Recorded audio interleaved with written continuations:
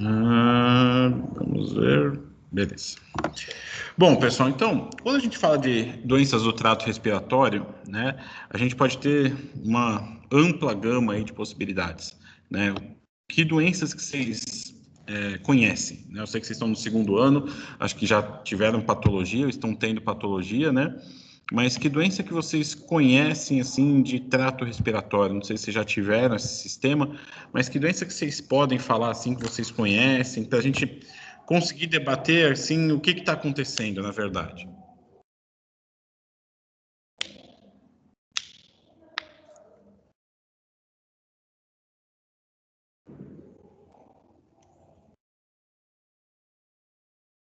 Pessoal,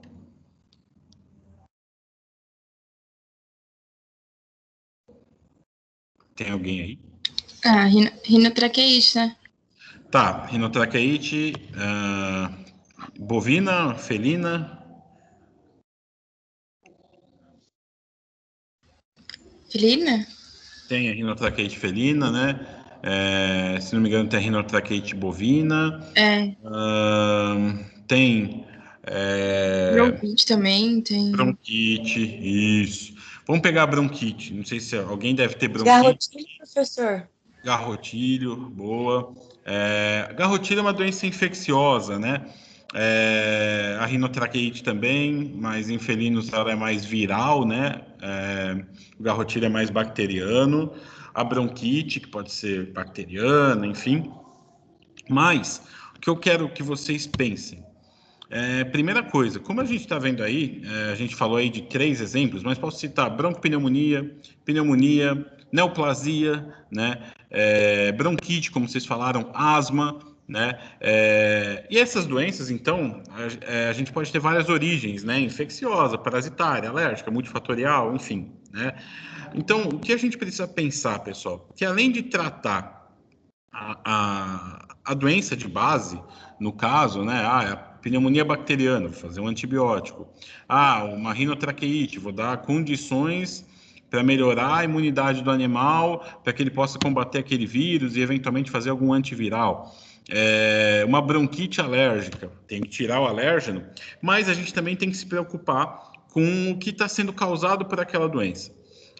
O que eu quero dizer com isso? Né? Quais são os mecanismos de defesa? Aí já entra imuno, enfim, um monte de coisa. Quais são os mecanismos de defesa, né, que vocês conhecem do sistema respiratório que vão ser exacerbados nessas doenças, então? A gente vai falar disso depois, mas, enfim. Que mecanismos de defesa o sistema respiratório tem para combater ou para se proteger?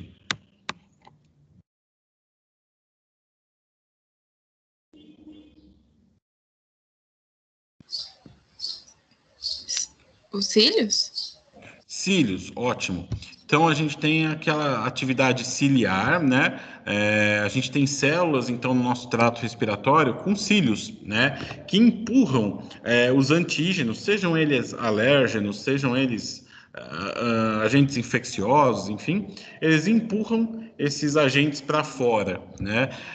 Tanto é que uma das causas da gente ter mais problemas respiratórios no frio, além do fato da gente ficar mais confinado, é o fato que a imunossupressão, o frio, fazem com que a atividade ciliar diminua.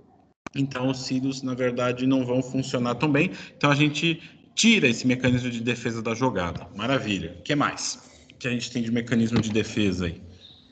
Camada de muco? Camada de muco, ótimo. Então a gente tem a produção de muco para aprisionar algum antígeno, né? Tanto é que se a gente tem uma broncopneumonia, a gente fica com muito catarro, né? Que nada mais é do que muco. E no caso de uma broncopneumonia bacteriana, ele tem aquela coloração, aquela característica esverdeada ou amarelada, porque é pus, né? É bactéria e neutrófilo que morreram numa batalha sangrenta, né? Então a produção de muco, né? Quando a gente está com rinite alérgica, a gente começa a ter secreção, geralmente na rinite alérgica, uma secreção mais serosa, mais líquida, né? Mas se isso progredir para um quadro infeccioso, bacteriano, já muda essa característica. Mas beleza, produção de muco, principalmente pelas células caliciformes, né? O que mais que a gente tem de mecanismo de defesa?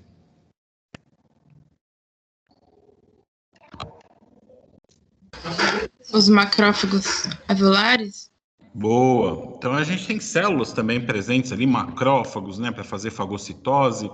A gente tem linfócitos, né, para combater. Pensem, pessoal, que o trato respiratório, ele é basicamente igual ao trato gastrointestinal. Se a gente come, é uma porta de entrada muito importante para o nosso organismo. Então, se a gente come uma maionese com salmonela, a gente vai ter vômito e diarreia. Por quê? Porque tinha um exército ali postado que falou, olha, isso aqui não é para ser absorvido, isso aqui não é para entrar no meu organismo. Então, faço vômito e diarreia para eliminar, para facilitar a eliminação. O vômito e a diarreia do trato respiratório é a presença de muco, né? Você vai produzir mais muco para tentar aprisionar e facilitar depois. O que eu não falei do muco, que é importante, às vezes o muco vai atrapalhar, né? Porque você tem a produção desse muco, ele vai se tornando muito viscoso e aí fica difícil para você eliminar. A gente vai falar isso mais para frente, tá? Beleza. O que mais, pessoal?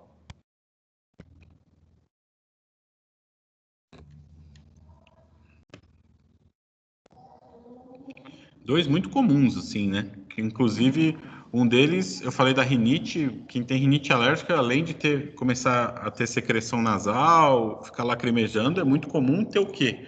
Junto com a rinite alérgica. Oi? Espirro? Espirro, perfeito. O Tosse espirro, também, né? tosse. O espirro e a tosse são explosões de ar para você expulsar aquilo que está ali dentro, né? Se você está com uma rinite alérgica, você começa a espirrar, espirrar, espirrar, por quê? Tem algum alérgeno ali no seu seio nasal, na sua cavidade nasal, e que a forma que você tem para expulsar é explodir de ar ali dentro para expulsar, né? E a tosse já está mais relacionada a trato respiratório inferior, né? Então, a tosse mais a pulmão, traqueia, brônquio, bronquíolos, e o espirro um pouco mais trato respiratório superior, né? Quando a gente tem um quadro de gripe, por exemplo, né, a gente pode ter tosse, pode ter espirro, né? Enfim, beleza? Então, esses são os principais mecanismos de defesa que a gente tem no trato respiratório. O que a gente precisa pensar, já adiantando, se esses são mecanismos de defesa, né, para proteger o teu sistema respiratório, vai ser sempre que você, por exemplo, vai querer coibir tosse, que você vai querer coibir uma explosão de ar para facilitar a saída de um agente. Vocês acham que vai ser sempre, por exemplo, que eu vou usar um medicamento para tosse? Sim ou não? O bicho está tossindo, já vou usar um medicamento para tosse. Sim ou não?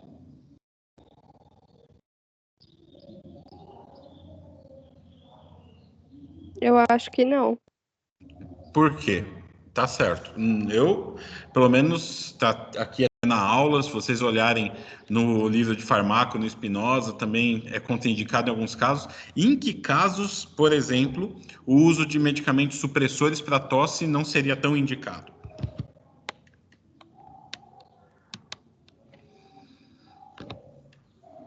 Pense.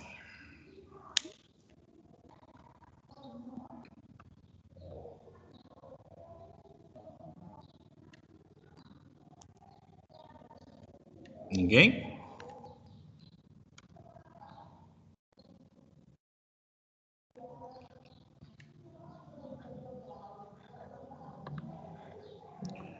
Pessoal, eu particularmente não suprimiria a tosse num quadro infeccioso, né?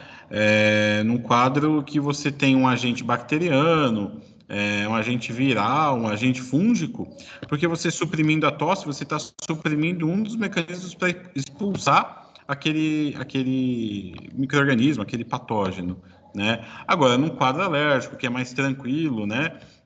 Ninguém vai morrer de alergia, ou num quadro de bronquite, de broncoconstrição, né, que é a deformação dos brônquios, vai fazer com que o animal, com que o paciente fique tossindo, aí sim, às vezes a supressão da tosse é interessante. Mas em quadros infecciosos, a gente acaba evitando suprimir tosse, né, porque aí você está deixando mais fácil aquele agente ficar lá dentro do teu trato respiratório.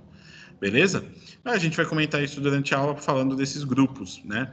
Então, pessoal, é fundamental a gente ter a origem, a etiologia correta do processo, né, que está levando aquela doença respiratória, seja alérgico, seja infeccioso, seja parasitário, seja neoplásico, porque os tratamentos vão diferir.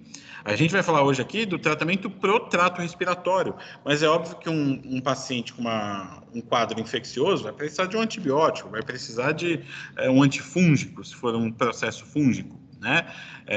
Um paciente com um quadro alérgico, ele vai precisar tirar aquele alérgeno, entrar com anti-inflamatórios, com antihistamínicos, enfim, né? Então, a gente vai falar mais dos fármacos relacionados a esses mecanismos de defesa, né? O que eles fazem e quando a gente vai usar, beleza? Bom, então, a gente acabou de falar, né, as principais manifestações clínicas de doenças respiratórias, secreção nasal, né, que ela pode ser serosa, geralmente em quadros mais agudos, em quadros inflamatórios, em quadros alérgenos, muco purulenta, quando já tiver principalmente o fato de ser purulenta, de estar meio esverdeado, meio amarelado, um quadro bacteriano, ou hemorrágica, né? Se você tiver uma lesão já vascular, numa neoplasia, coisa do tipo, processos fúngicos que costumam causar uma destruição parenquimatosa importante, ou até de uma destruição óssea, né, em cavidade nasal.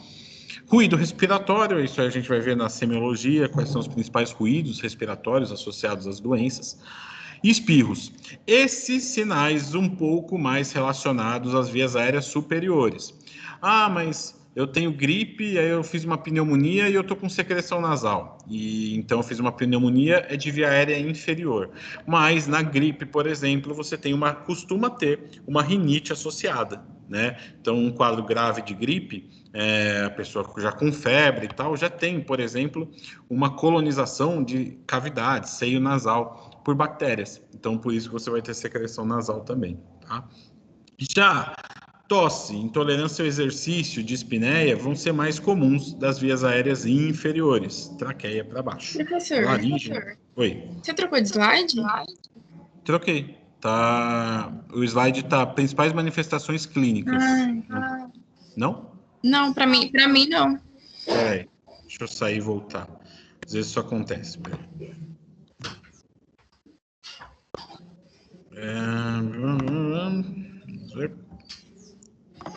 Esse agora foi. Agora sim, Foi? obrigada, professor. Nada. Então, na verdade, então a tosse, intolerância ao exercício, dispneia são mais característicos de vias aéreas inferiores, né? Dispneia, para quem não sabe, é dificuldade respiratória. Tudo que é pneu vem de câmara de ar.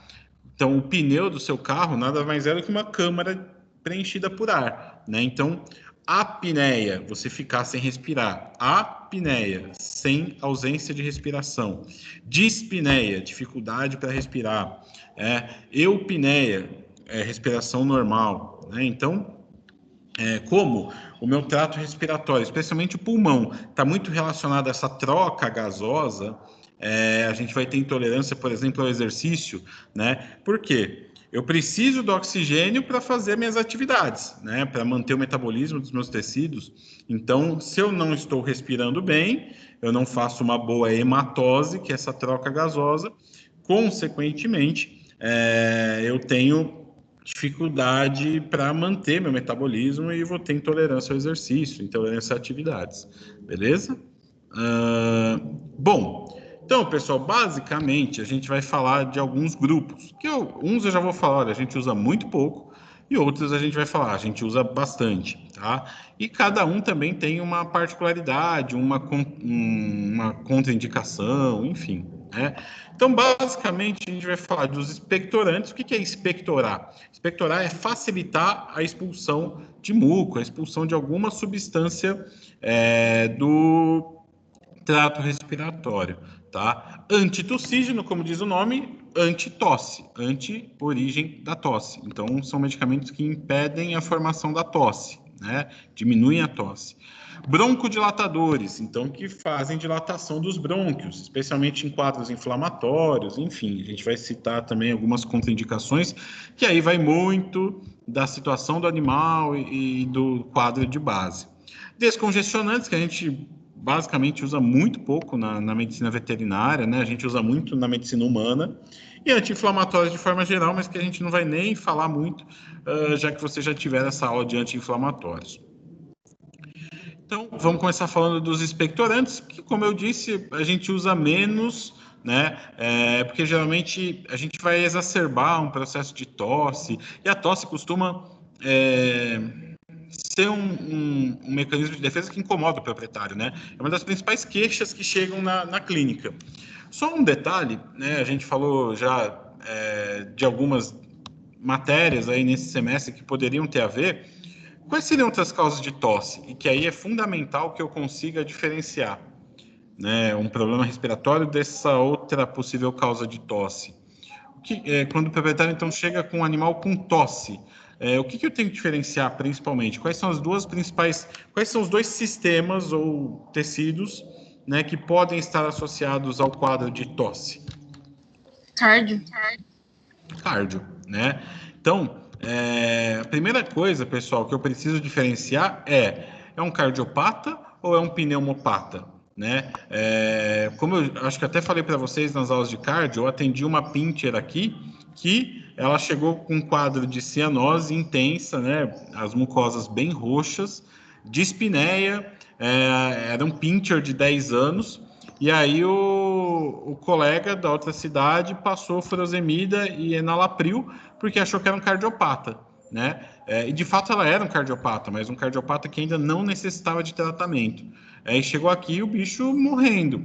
E a mulher falou a tutora falou que o tratamento com furosemida piorou o quadro. Por que piorou o quadro? Na verdade, era uma broncopneumonia, né? Você deu um diurético para o bicho que já não estava comendo bem, não estava bebendo água muito bem, ele desidratou mais ainda, aquela secreção que já estava difícil para ele expulsar, piorou ainda mais a viscosidade, se tornou uma secreção mais desidratada ainda, e aí ficou mais difícil para ele expulsar, começa a juntar secreção no pulmão, né, nos brônquios, e aí o animal não consegue respirar direito, né? Então ele era um cardiopata? Sim, mas era a cardiopatia que estava levando aqueles sinais respiratórios? Não. Ah, mas era um pincher com sopro de 10 anos. Beleza.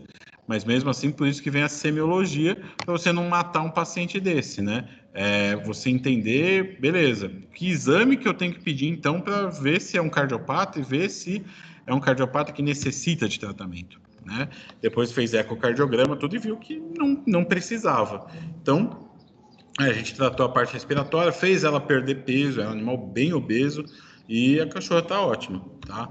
Então, sempre, pessoal, vejam se aquela tosse, por exemplo, aquele sinal é oriundo do trato respiratório, beleza? Os expectorantes, né, são, então, medicamentos que são utilizados para facilitar a saída, a expulsão desse muco, principalmente, que está sendo produzido em excesso nesses quadros respiratórios. Então, o muco ele é produzido principalmente pelas células caliciformes e pelas glândulas brônquicas, e ele é composto por 95% de água, né? E o resto dos 5% é muco polissacarídeo, carboidrato, proteína. Então veja, como eu falei agora no exemplo desse pincher, né, que tomou diurético. Se eu desidrato o bicho, também tiro a quantidade de água, eu diminuo a quantidade de água nas secreções dele. Então eu torno um muco muito mais viscoso, muito menos líquido, né? Aí vocês também falaram, né, da presença dos cílios que direcionam esse muco para a região da glote para que ele possa ser engolido, deglutido, né? E só 10% vai ocorrer isso. O resto, pessoal, o que acontece? Se é uma condição patológica na qual eu tenho um aumento da produção desse muco, um aumento da viscosidade, o que o animal vai ter que fazer? Tosse, né? Tanto que acho que não tem ninguém aqui que já fez fisioterapia respiratória, fez até faculdade, algum tempo de fisioterapia. Mas tem na parte de fisioterapia respiratória, dentre outras manobras, tem aquela questão da tapotagem, né? Que você pega uma pessoa, por exemplo, ou até animal, faz a mão em forma de concha e bate na região de tórax. Para quê? Para você desprender aquela secreção que está muito viscosa das paredes das vias respiratórias, né? Para facilitar a expulsão, né? Então, O que a gente precisa houve um aumento da produção de muco? Sim. Houve um aumento da viscosidade? Sim, porque eu tinha um processo bacteriano, porque eu tinha um processo que exacerbou esse mecanismo de defesa, mas eu preciso expulsar aquilo. Tá? A presença em excesso daquele muco no meu trato respiratório vai dificultar a passagem de ar, né? Vai dificultar a troca gasosa, beleza? O objetivo, então, é aumentar a quantidade e diminuir a viscosidade das secreções. E aí a gente tem vários tipos de expectorante. A gente tem os reflexos, que a gente usa muito pouco. A gente tem os mucolíticos, que aí, de fato, a gente usa bastante. E a gente tem os inalantes, tá? Que a gente usa menos na veterinária, mas dá para usar, tá? Então, vamos lá.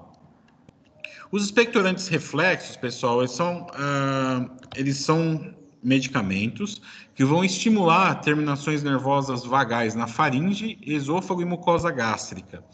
Lembrando que quando a gente fala de vagal, a gente está falando de que sistema? O nervo vago é o principal nervo de qual sistema nervoso autônomo? Ah, dei quase a resposta para vocês. Mas o vagal é mais parasimpático ou mais simpático?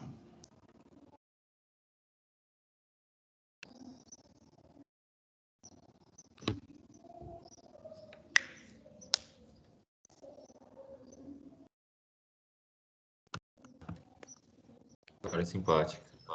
Parasimpático, boa. Então, tudo que é vagal, pessoal, vai ser de parasimpático, né? Então, na verdade, a gente está falando aqui, então, e o parasimpático ele é responsável por repouso e digestão. Então, ele aumenta as secreções gastrointestinais e aumenta também as secreções respiratórias, né?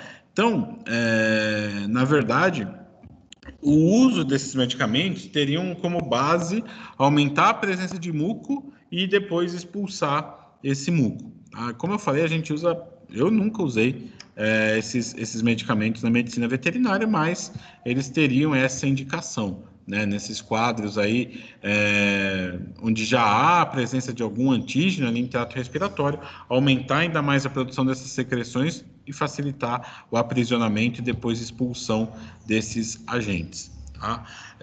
Então, os principais exemplos seriam o iodeto de potássio, guaifenesina e o xarope de ípeca.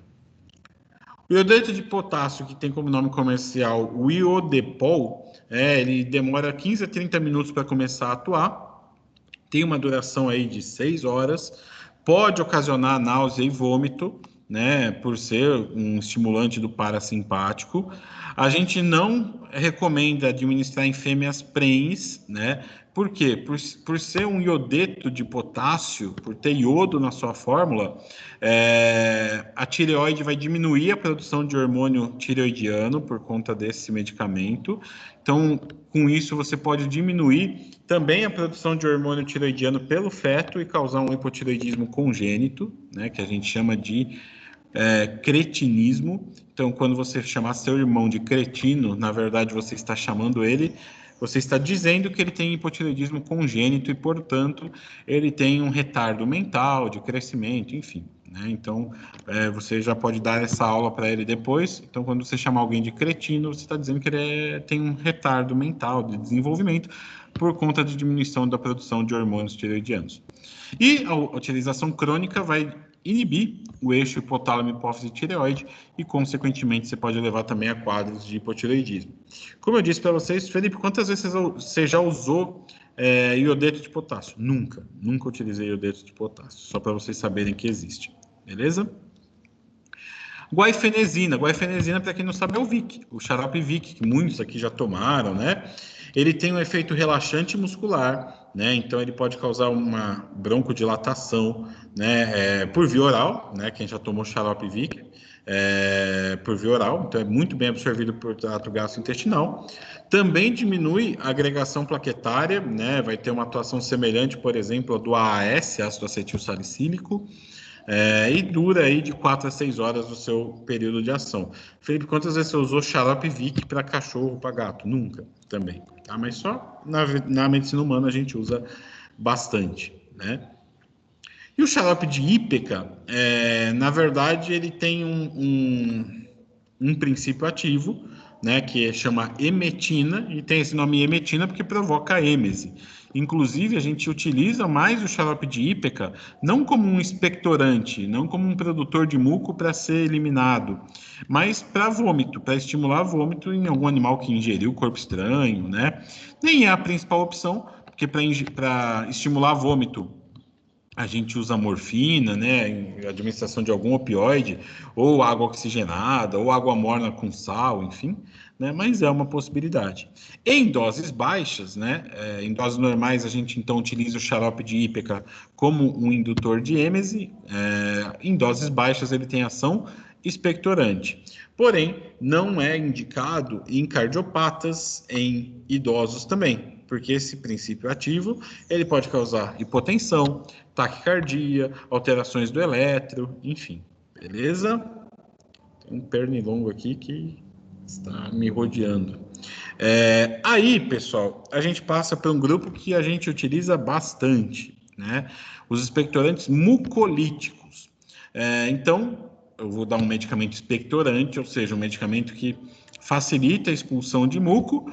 Mucolítico, o que quer dizer mucolítico? Que quebra o muco, ou seja, eu vou diminuir a viscosidade do muco para facilitar a expulsão. Lembrem-se do que eu falei, quanto mais grave o processo, maior a produção de muco, e ainda mais se há um componente bacteriano associado, esse muco, ele vai ser um muco purulento, né? Ou seja, ele vai ter a presença de pus, ele vai ter a presença de um monte de neutrófilo e bactéria que morreu e forma pus, né? E aí vai ser um líquido muito mais viscoso e com muito mais dificuldade de expulsar esse cara, beleza? Então, na verdade, os mucolíticos, que os principais exemplos são a bromexina, o famoso bisolvon, e a N-acetilcisteína. A N-acetilcisteína, pessoal, ela é um medicamento que vem sendo utilizada para tudo, na verdade. Para problemas renais, para glomerulonefrite, para problemas hepáticos, como antioxidante, tem uma ação antioxidante excelente, né? E também como mucolítico, para quadros respiratórios, diminui a viscosidade da secreção. Beleza? Então, Bisolvon, aí tem as doses, como eu falei, não cobro dose, mas só para vocês terem como consulta, né? Aparentemente não se conhecem efeitos colaterais, possui também um leve efeito broncodilatador, mas é discreto, né? E pelo que se pensa, se sugere que ele aumenta a função lisossômica, ou seja, dos lisossomos, das células de defesa, que fazem hidrólise das fibras de mucopolissacarídeos, né? Esses mucopolissacarídeos são substâncias que elas ficam ligadas e formam, que aumentam a viscosidade do muco, né? Então, a função do Bisolvon é quebrar essas ligações, para justamente deixar o muco mais fluido, menos viscoso, né? Além disso, ainda a bromexina aumenta a quantidade de imunoglobulinas. Então, ele aumenta a produção de anticorpos, ele melhora a resposta imune contra aquele quadro. Então, pessoal, geralmente a gente vai utilizar o Bisolvon em que quadros? Quando a gente tiver um muco muito viscoso, quando a gente tiver na ausculta, o que a gente chama de crepitação grossa ou estertor. O que é crepitação grossa ou estertor? Pensem comigo, né? Como tem que ser se auscultando lá um bicho, eu sei se vocês não tiveram sêmio ainda, mas é meio óbvio. Pensem no trato respiratório, num encanamento, né? Onde passa ar, vai e volta.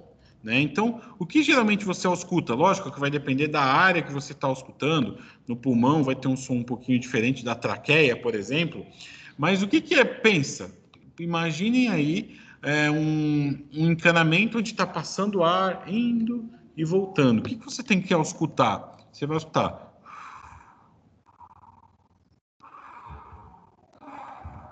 Ou seja, um ruído de ar passando, né? Nesse quadro, quando a gente tiver um aumento da viscosidade, pensa, o teu encanamento agora está passando ar dentro, mas tem uma geleia dentro dele, né? E essa geleia vai ser empurrada para frente e para trás. Então, o que a gente ausculta geralmente nesses quadros?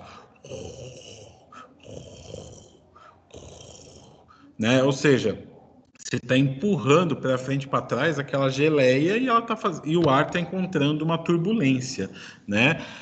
Então, isso a gente chama de uma crepitação grossa. Isso também ocorre principalmente em quadros infecciosos, numa broncopneumonia, numa pneumonia bacteriana. Beleza? Então, o Bisolvon a gente costuma utilizar nesses quadros aí de pneumonia ou broncopneumonia bacteriana. E não existem grandes contraindicações. Ah, mas eu tenho um animal que está com bronquite alérgica. Posso usar o Bisolvon? Pode, até porque ele também tem um efeito discreto, broncodilatador. E nas bronquites, geralmente na inflamação dos brônquios, eu tenho broncoconstrição. É um mecanismo de defesa também do meu organismo, eu fechar a casinha. Opa, meu trato respiratório está inflamado, eu vou fechar a casinha porque ele está desguarnecido. Então, eu vou fazer broncoconstrição para diminuir a entrada de ar. E isso é o principal sofrimento de quem tem bronquite ou asma, né? Aquele barulho até que faz, né? Por quê? O ar está encontrando um brônquio fechadinho, então ele está com dificuldade de passar. Quando a gente ausculta geralmente num paciente com asma ou com bronquite, o que a gente chama de sibilo. O que é o sibilo? Assobio, né? Então, quando a gente assobia, o que a gente faz para o ar fazer barulho, fazer esse ruído? A gente fecha a boca, né? E deixa a passagem do ar muito estreita.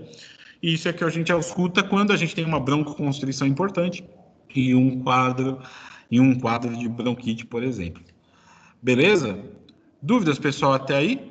Ou tá tranquilo até agora? É uma aula mais tranquila do ponto de vista, ela é um pouquinho mais longa, mas ela do ponto de vista de entendimento, eu acho que ela é relativamente tranquila. Tem alguma dúvida aí até agora, pessoal? Por enquanto. Não? Beleza. Então vamos lá. N-acetilcisteína, o famoso Fluimucil, né? Mas tem os genéricos também. Também vai ter uma ação mucolítica, assim como o Bisolvon, né? Só que ele muda um pouquinho, ele vai quebrar pontos disulfídricas das mucoproteínas, mas basicamente vai fazer a mesma coisa, vai diminuir a viscosidade, né? Quando a gente faz inalação com N-acetilcisteína, ela vai atuar em 1 minuto. Em 1 minuto ela já está atuando. Felipe, eu posso fazer inalação com o que eu quiser? Depende, né? Mas, por exemplo, você pode usar, por exemplo, no teu líquido de inalação, né? Quem faz inalação sabe que você bota lá na maquininha o líquido que você quer inalar. Então, eu só quero hidratar. Então, você bota solução fisiológica. Eu quero fazer um antibiótico também, porque é um quadro bacteriano. Eu quero fazer uma gentamicina. Você coloca lá uma ampola de gentamicina. Eu quero fazer um expectorante. Fluimucil, N-acetilcisteína, enfim, né? Então, a inalação vai ser um método muito mais direto e mais rápido de você ter uma ação sobre o sistema respiratório, beleza? Também, N-acetilcisteína tem por via oral, tem injetável também. E geralmente, ao contrário do Bisolvon, a N-acetilcisteína pode causar um pouquinho de broncoespasmo, pode causar um pouquinho de broncoconstrição. Então, a gente recomenda, em alguns casos, utilizá-la em conjunto com um broncodilatador, né? Porém, pessoal, aí eu já vou entrar nessa discussão agora. Lá em Botucatu, a gente tem uma conduta de não utilizar broncodilatador em quadros infecciosos. Por quê? Como eu disse para vocês, a broncoconstrição é um mecanismo de defesa, né? Você vai fechar a casinha, você vai diminuir, fechar a entrada desses antígenos e, eventualmente, para não ter mais entrada de problemas, mais entrada de antígenos, né? Então, quando a gente faz broncodilatação num quadro infeccioso, você está facilitando a entrada desse agente. Então, eu sempre fui criado em Botucatu assim, em quadros infecciosos, não utilizar broncodilatadores, a não ser que o bicho está com uma broncoconstrição tão intensa, uma dispneia tão intensa por essa broncoconstrição, que aí é vida ou morte. Ou você broncodilata, e aí você entra, lógico, com antibiótico e tal, ou ele morre, né? Então, eu evito em quadros infecciosos fazer broncodilatadores, justamente para não facilitar a entrada de mais antígenos, né? Pensando, como eu disse para vocês, que a broncoconstrição é um mecanismo de defesa. É gostoso ficar com broncoconstrição, né? Ter uma asma, ter uma bronquite, é gostoso você ter aquela sensação de não conseguir puxar o ar? Não, mas é um mecanismo de defesa fisiológico do nosso organismo, beleza? Então, já entramos aí nessa discussão de quando fazer ou não fazer um broncodilatador. Em quadros infecciosos, pelo menos, eu evito, beleza? E os expectorantes inalantes, que a gente não usa muito na veterinária, porque tem que ter aparelho de inalação, mas pode ser óleo de eucalipto, benzoína, né? Muita gente, o que eu recomendo, se o cara não tem aparelho de inalação, ou o bicho não aceita, né? Tem aqueles extensores, né, que a gente usa muito para criança, para recém-nascido, né? E a gente pode usar para veterinária também, né? Aqueles extensores de inalação. Mas, putz, não tem aparelho e tal. O que a gente pode recomendar também, que vai ter um efeito parecido, pega o bicho, põe no banheiro, liga o chuveiro bem quente e aquele fecha tudo e aquele vapor de água vai servir também como uma inalação, né? Só o fato de você ter aquele ambiente extremamente rico em umidade, né, em vapor, vai fazer com que ele inale e vai fluidificar aquelas secreções. Então, caso você não consiga fazer inalação no bicho, não tem uma caixinha de transporte para deixar o bicho lá dentro, para fazer inalação lá dentro, ou o bicho não deixa, não aceita, é uma opção. Fazer aí no banheiro, com o chuveiro bem quente ligado, tudo fechado, essa inalação meio tabajara, mas que funciona em alguns casos. Beleza? Certo, pessoal, sobre os expectorantes, agora já passamos aí para os antitussígenos, já é outro grupo, né, que a gente utiliza aí como fármaco do sistema respiratório. Só deixa eu confirmar um negócio aqui.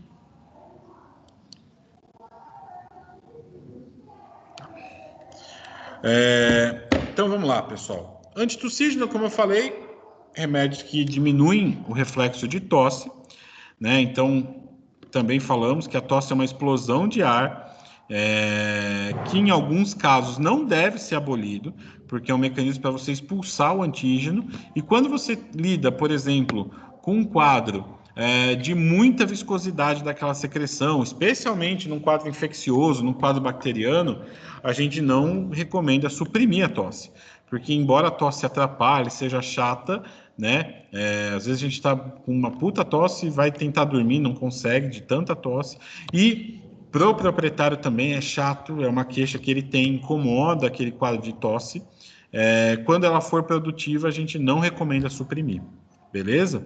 O centro da tosse está localizado no bulbo, que é uma região do tronco encefálico, para quem não lembra, tronco encefálico tem mesencéfalo, ponte e bulbo, né? Então o centro da tosse está ali no bulbo e recebe informações principalmente relacionadas à presença de antígenos na árvore respiratória e da deformação das vias respiratórias. Então, quando a gente engasga, putz, comi, fiz falsa via, a gente começa a tossir, engasgou, né? Por quê? Porque tem alguma substância que mudou a conformação da árvore respiratória e isso estimulou o reflexo de tosse. Beleza? E geralmente, como eu falei, o sistema nervoso autônomo parasimpático é o cara que faz broncoconstrição através da liberação de acetilcolina e a noradrenalina faz broncodilatação, que é o simpático, né? Geralmente, pessoal, quando a gente tem broncoconstrição, a gente vai ter uma exacerbação do reflexo de tosse, porque a gente tem uma maior facilidade em deformar essa via respiratória. Beleza? Bom, então, os receptores de tosse são estimulados por deformação mecânica, geralmente por broncoconstrição, né? E quais são as principais substâncias broncoconstritoras? Acetilcolina, sistema nervoso autônomo parasimpático, histamina, né? Por isso que quadros alérgicos, onde há liberação de histamina, né?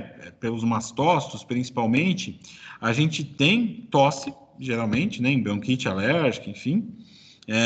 Serotonina, alguns leucotrienos e prostaglandina, que são substâncias inflamatórias, né? Então, quadros inflamatórios do trato respiratório também vão causar broncoconstrição, como eu falei, para justamente fechar a casinha e, eventualmente, isso vai levar a um quadro de tosse, porque vai deformar essa via respiratória. Cardiopatas também podem ter tosse, então é fundamental que a gente diferencie se é um paciente cardiopata ou se é um paciente pneumopata. Lembrando, por que o cardiopata tosse? Quando há um aumento, principalmente de átrio esquerdo, onde esse átrio esquerdo está encostando em traqueia, né, em brônquios, estimulando receptores de tosse. Então, a gente vai ter no raio-x, por exemplo, um desvio de traqueia, um átrio esquerdo bem grande, e o exame de escolha para saber se essa cardiopatia já está levando a problemas é o ecocardiograma, como a gente falou no início do semestre, né? E aí os antitussígenos podem ser classificados em narcóticos, né? Então, narco é droga, né? Então, são medicamentos que a gente precisa de receita azul, receita dupla, não é tão fácil a gente prescrever ou ter na nossa clínica. E os principais são a codeína e o butorfanol, que são opioides, na verdade, né? O butorfanol é um opioide, a gente vai ver isso nas próximas aulas. E os não narcóticos, que a gente tem o dextrometorfano e a noscapina como principais exemplos, né? E também vai falar sobre o Antux, que também é bastante utilizado, que aí não precisa de receita especial, enfim. Beleza? Os antitussígenos narcóticos, eles precisam, como eu falei, de uma receita de controle especial, porque eles são viciantes, né? Eles levam a vício. O House, né? Quem assistia a House, ele era viciado em Vicodin, né? Que é a hidrocodona, que é um parente da codeína, né? É um opioide parente da codeína. Então, são substâncias extremamente viciantes, né? Então, a gente tem a codeína, a hidrocodona e o butorfanol, são utilizados por via oral e, além de tudo, por serem muitos deles opioides, eles podem mascarar processos dolorosos, porque eles têm ação analgésica. O House, inclusive, tomava por conta daquela lesão que ele teve na coxa, enfim, para quem assistia a House, né? A codeína, que um dos nomes comerciais é o Belacodid, ele é excelente antitussígeno, os efeitos duram mais ou menos 4 horas, então geralmente a gente pode usar a cada 6 ou a cada 8 horas. Também tem uma moderada ação analgésica por via oral, e efeitos colaterais, né, geralmente da codeína, podem incluir vômito, constipação, ou seja, o animal, o paciente vai ter dificuldade para defecar, sonolência, ou, em alguns quadros, hiperexcitação, principalmente em felinos e equinos, né? A hidrocodona, né, que o Vicodin, né, nos Estados Unidos, ou o hidrocodan aqui no Brasil, é um ótimo, excelente antitussígeno, ainda mais potente do que a codeína. Causam menos depressão respiratória, lembrando que esses medicamentos, opioides, a gente vai falar disso nas próximas aulas, como eu disse, mas os principais efeitos colaterais do uso de opioides é a depressão respiratória. A gente tem vários casos aí de médicos veterinários, eventualmente, que morrem, que acabam se tornando viciados, né, no uso de opioides, né?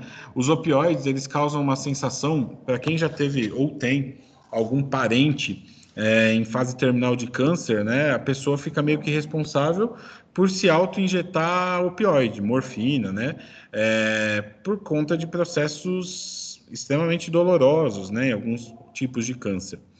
E a pessoa tem uma sensação muito boa, né? Porque há a liberação de serotonina. Então, os opioides causam, de forma geral, uma sensação de prazer, de felicidade. E por isso que acabam viciando bastante, né? Só que, às vezes, o que acontece com o uso crônico de opioides? Os receptores vão se tornando resistentes, né? Eles perdem a sensibilidade. Então, cada vez mais você precisa de uma dose maior. E isso faz com que, às vezes, a pessoa não está tendo aquele efeito desejado de ficar mais feliz, de ficar mais contente, aumenta a dose e, quando vê, tem uma overdose. E o grande problema da overdose desses medicamentos, depressão respiratória, né? E aí não consegue, é difícil reverter, né? Tem uma moderada ação analgésica e os efeitos colaterais vão ser os mesmos, basicamente, da codeína. Beleza? E o butorfanol, que está muito difícil de achar no Brasil, um pouquinho caro, Torbugese, que é o nome comercial, ótimo antitussígeno, mais ainda do que a codeína, né, e um pouquinho mais que a hidrocodona. Dura o dobro do efeito da codeína, então em torno de 8 horas. Tem uma excelente ação analgésica, só que é injetável, né? Então a gente vai usar em ambiente hospitalar. Ninguém vai mandar para casa o proprietário fazer injeção de butorfanol. Juro que você pode ser preso, não é zoeira da minha parte. Beleza? Já os antitussígenos não narcóticos, a gente tem a levodoropropizina, que não estava ali até no slide de introdução dos antitussígenos, né? O Antux não é um ótimo antitussígeno também, não tão potente quanto os narcóticos, mas que a gente usa bastante, justamente pela facilidade em encontrar, né, em ter acesso, uma melhor acessibilidade, e não precisa de receita especial, nada. Né? Tem uma atividade antitussígena semelhante à da codeína, então é uma opção muito boa. Causa uma discreta broncodilatação também, e uma parte boa, quando comparado aos opioides, de forma geral, não causa depressão respiratória. Então, dificilmente o animal vai ter problemas decorrentes do uso do Antux, da levodoropropizina. Beleza? Dúvidas, pessoal, sobre os antitussígenos? Já estamos quase acabando aí. Agora a gente tem os broncodilatadores, e no finalzinho tem um slide apenas de antistamínicos, mas antistamínico vai ser uma aula que a gente vai ter mais para frente, então por isso que eu só pus um slide só para constar mesmo. Mas agora a gente vai falar sobre os broncodilatadores. Dúvidas sobre os antitussígenos?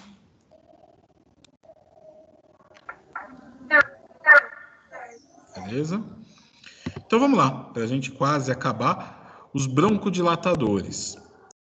Geralmente a gente utiliza para o tratamento inicial da asma ou de bronquite, né? A diferença básica entre asma e bronquite, a asma é uma evolução da bronquite, né? Onde você já vai ter um excesso de líquido inflamatório e isso piora ainda mais o quadro respiratório, você dificulta demais a hematose, né? Com essa presença de líquido inflamatório entre o alvéolo e os capilares, né?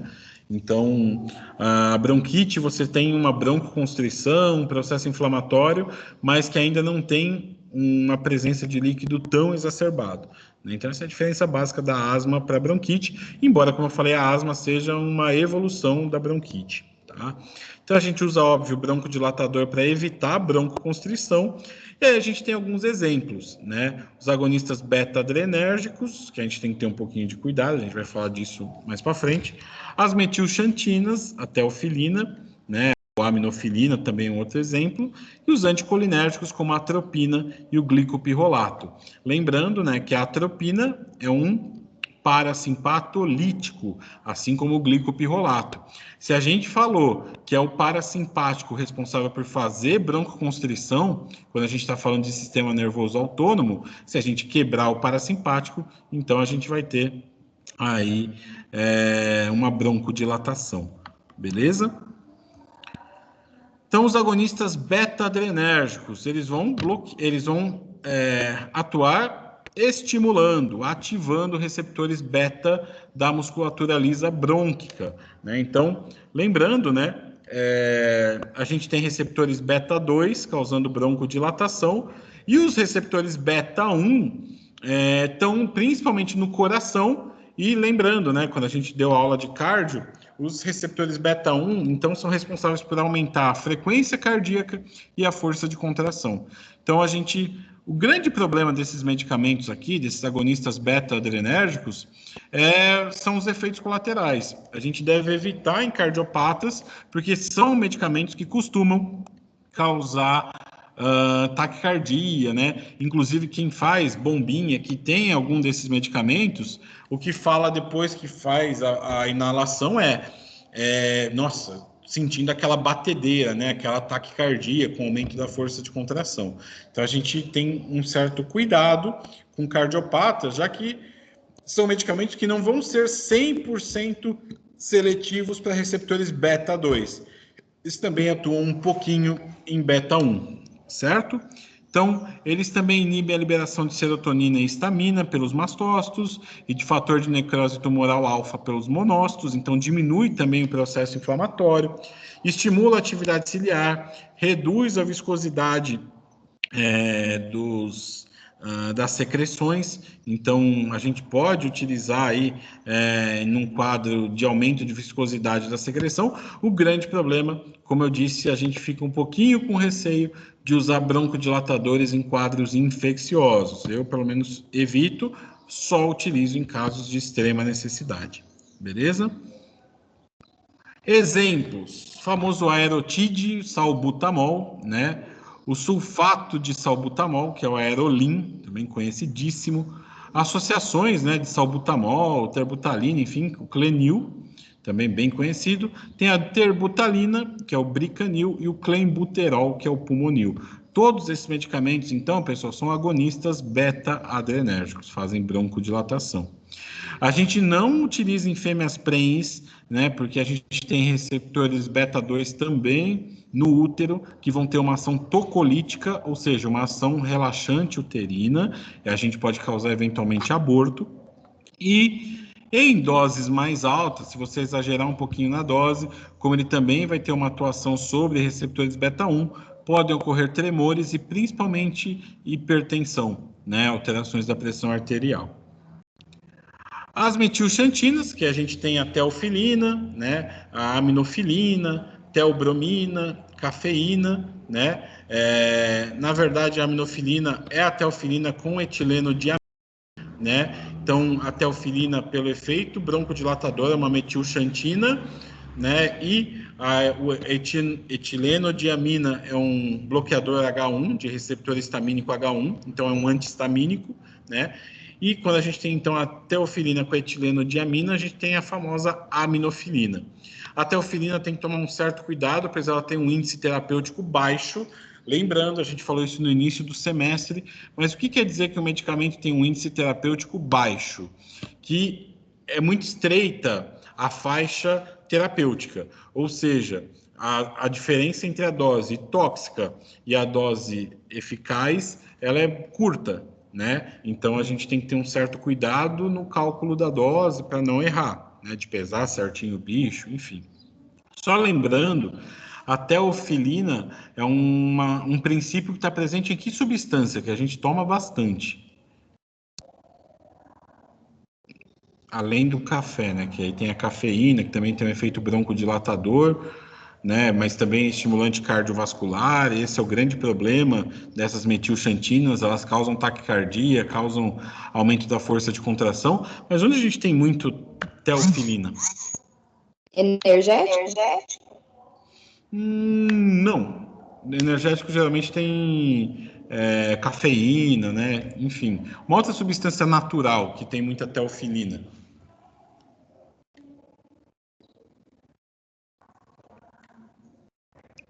Eu tomo bastante.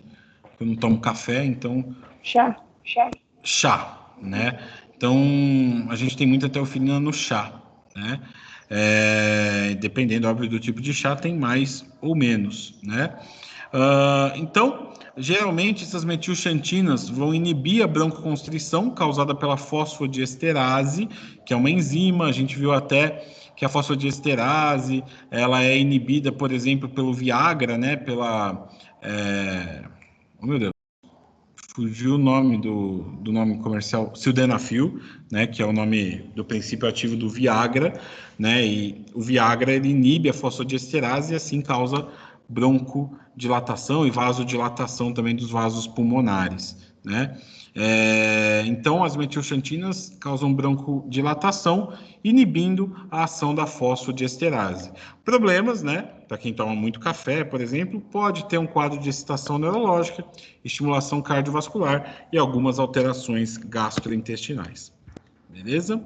Não são comuns, né? Mas as gastrointestinais principalmente, mas cuidado com cardiopatas para utilizar a aminofilina. A gente não recomenda, né, utilizar, por exemplo, o bicho está dispineico, está com alteração respiratória, é cardiopata, está em edema. A gente não recomenda utilizar aminofilina, teofilina, porque vai causar taquicardia e isso vai piorar ainda mais aquele quadro, já que o simpático já está ativado, esse bicho já está com taquicardia, né, aumento do inotropismo, a gente vai aumentar isso ainda mais e isso não vai ser desejável.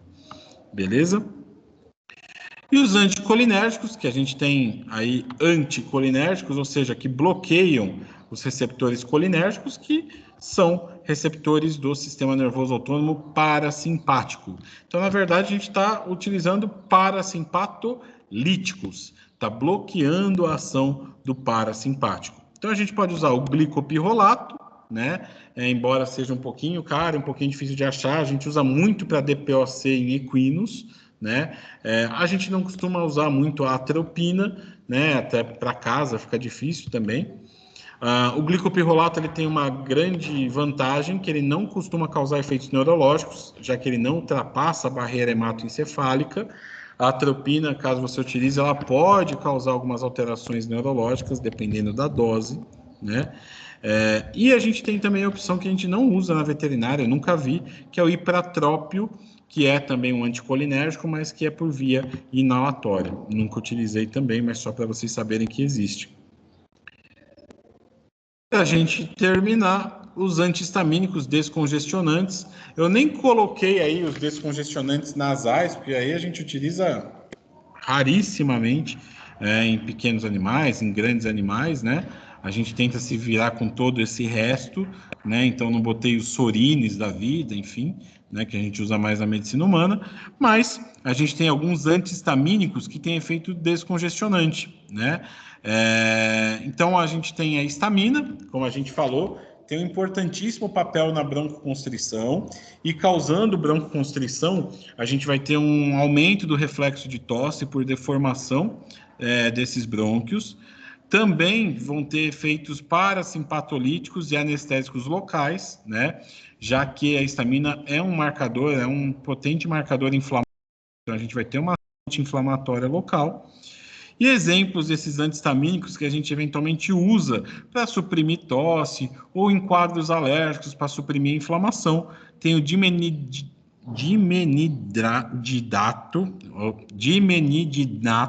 que é o Agastem, a clorfeniramina, que é o Polaramine, a difenidramina, né, que se não me engano, a difenidramina, depois eu preciso lembrar, é o Fenergan, se não me falha a memória, preciso confirmar. E a loratadina, que é o Claritin, né? Se não me engano, tem vários remédios para gripe que tem antihistamínicos, que tem a loratadina, por exemplo, né? Se não me engano, a coristina D, que tem efeito descongestionante também, vai ter um antihistamínico, se não me falha a memória, é a loratadina. Então, todo mundo aqui já tomou Claritin, Polaramine, Fenergan, né, para diminuir um quadro inflamatório pulmonar, né, ou até alguns outros quadros alérgicos, inflamatórios. Mas a gente, como eu falei para vocês lá no início da aula, vai falar sobre os antihistamínicos mais para frente, né? Vai ter uma aula curtinha, diga-se de passagem, né, mas vai ter uma aula aí de antihistamínicos para a gente discutir mais para frente. Beleza? Dúvidas, pessoal, sobre esses fármacos que atuam no sistema respiratório? Não, professor. Não? Professor. Como eu falei para vocês, é uma aula relativamente tranquila, né? Não é tão difícil, é só a gente lembrar um pouquinho aí dos mecanismos compensatórios, né? Dos mecanismos de defesa do trato respiratório. Mas uma aula importante, né? A gente comenta muita coisa aí relacionada aos medicamentos, a contraindicações, né?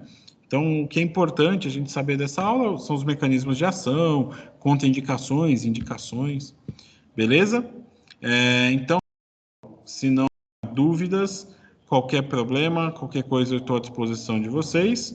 Eu, em breve, já coloco a gravação da videoaula para que vocês possam conferir. Beleza?